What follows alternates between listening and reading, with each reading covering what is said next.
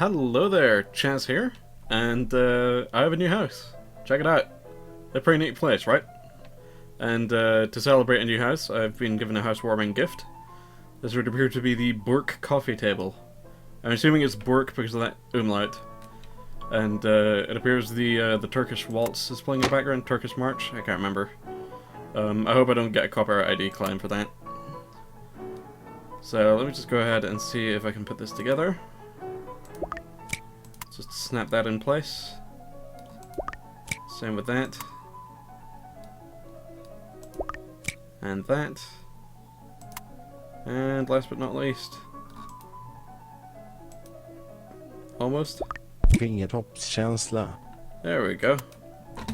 So this is the Burke coffee table. I actually didn't do too bad a job with it this time around, I think. Yeah, no, that looks pretty solid. So, if you're confused as to what's going on, this is home improvisation. At least I think that was how it's pronounced in the trailers. Home improvisation. This is basically IKEA Furniture Simulator 2016. So let's get in the next piece of furniture. This is the trefot. It is a lamp. Let's go ahead and see what I can do with this. Let's just put that on its side. It's probably going to try rolling away in a second. Let's just grab this bit, plug it in here. So the entire gameplay of home improvisation is that you're trying to put together IKEA furniture, and in order to do that you have to line up pegs with holes. Tab A to slot B, you know the whole deal. But the catch is, you aren't given an instruction manual, and as far as I'm aware, there's no way to change the camera angle. So you're kind of working from a first perspective. So you can hold things down like that. Okay. So the controls are pretty easy. It's pretty much mostly mouse and a little bit of keyboard. You left click on an object to pick it up. You can use the scroll wheel to move an item up and down. Hold down the scroll wheel and move it about to rotate it along the X and Y axis, or I don't know. I'm no good with my Cartesian coordinates or what have you. So after some time rotating this, you can see that you can line it up with one of these pegs, which is depicted by a dotted line moving towards the peg. And then if you hold down the left mouse button, you can hold it in place and then rotate it until you think it's in a good spot, and then click. So it's literally just snapping furniture together. So I'll put together a few pieces of furniture and see what I can get. Let's see. There. I have no idea what that was. Okay, is this thing going to stand up on its own? I've never had any success getting this thing to stand up on its own. Oh, no! Oh. You know what? I'll do. There was one time where I placed this thing upside down, actually. Like I made the legs upside down, because I figured it would be more stable. But, there we go. Oh, right. We also have this thing, the mallet, which allows us to break connections on pretty much anything. Actually, this makes me wonder. I'm very curious. So this is a sandbox game. Basically, there are no rules as to what you can build. You're just given the parts, and as long as you put them together in a way that roughly resembles... You know, it doesn't even have to roughly resemble the end product. As long as you get them connected to each other, the game will be happy and you'll be given a new piece of furniture. So, although it's got like a frustrating, like a potential for like QWOP levels of frustration, it's also very chill in that you can just do whatever. And I'm curious as if I can put, I'm curious whether or not I can put together pieces from two different sets of furniture, because that would be amazing. Oh my gosh, yes. Check it out. I think that stands up a little bit better than the 3 feet. Okay, let's get this thing disconnected. So already this game is fucking amazing. Pardon the language, but there we go. Good as almost new. Okay. So let me just go ahead and get the tree pot put back together, mostly. I have to keep that in mind for future, though. There we go. Hey, cool. It even popped back up into its default stance. I'm sure that's obviously how it's meant to be used. By the way, this game does have co-op. It can be played with up to 5 players.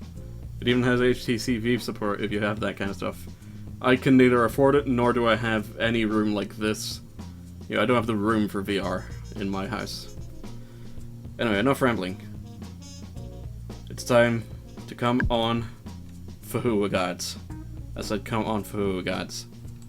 Everybody to the limit. Everybody to the limit. Let's try and build a Fahua Gods. Okay, so this is the center plank. Sometimes the isometric perspective on this thing can be a little bit weird, but I think that's part of the charm. Okay, so that's one of the feet parts. This would appear to be one of the other feet parts. So let's get these all connected together. I will say, having just been released proper on Steam, this game is a little bit crash prone. I've had the game crash a few times because it didn't like how I was putting furniture together. Mostly because things are like clipping through the ground and whatnot. So if this recording ends all of a sudden after this, then it's because the game crashed. Okay, good, it's safe. I also like some of the music they've got in here. There's some classical music, there's some Sims-ass music. It's pretty great. Oh wait, this isn't one of the feet parts. Crap. There we are, there's the foot part.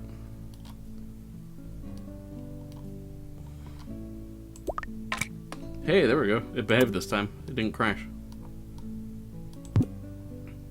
Okay, so then I just need to get these legs. I'm trying to put these things together with some modicum of, you know, stability. Because I want to make my house a home, you know? Just bear with me. It's actually pretty relaxing as well. It's pretty nice. There. Actually, that could stand to be a little bit straighter, I think. Bap. Let's see here. Okay, so let's hold that down. Okay, cool. It snaps in place just fine. Plug and play furniture. How about that? Straighten that out. Hey, there we go. It's a little bit wonk, but I'll work with it. Strong Bad would be proud of me. There we go.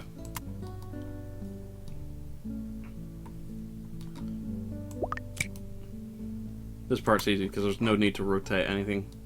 The next part is a bit of a challenge because we have to get these planks on.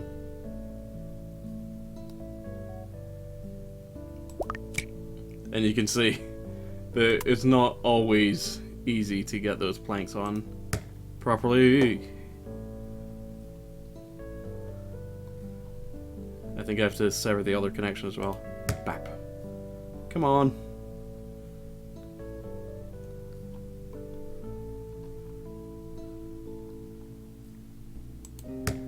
There we go.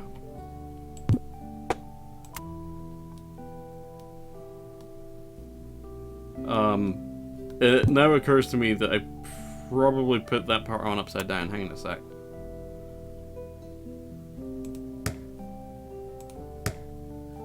Yeah, put that part on upside down. Such is the way of putting furniture together. I wasn't even looking because it's 5 in the morning and I've lost control of my life. It's 6 in the morning. There we go.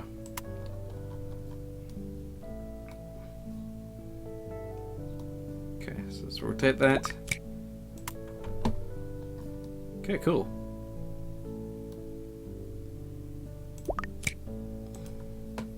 The rest of this just kind of snaps into place easy enough.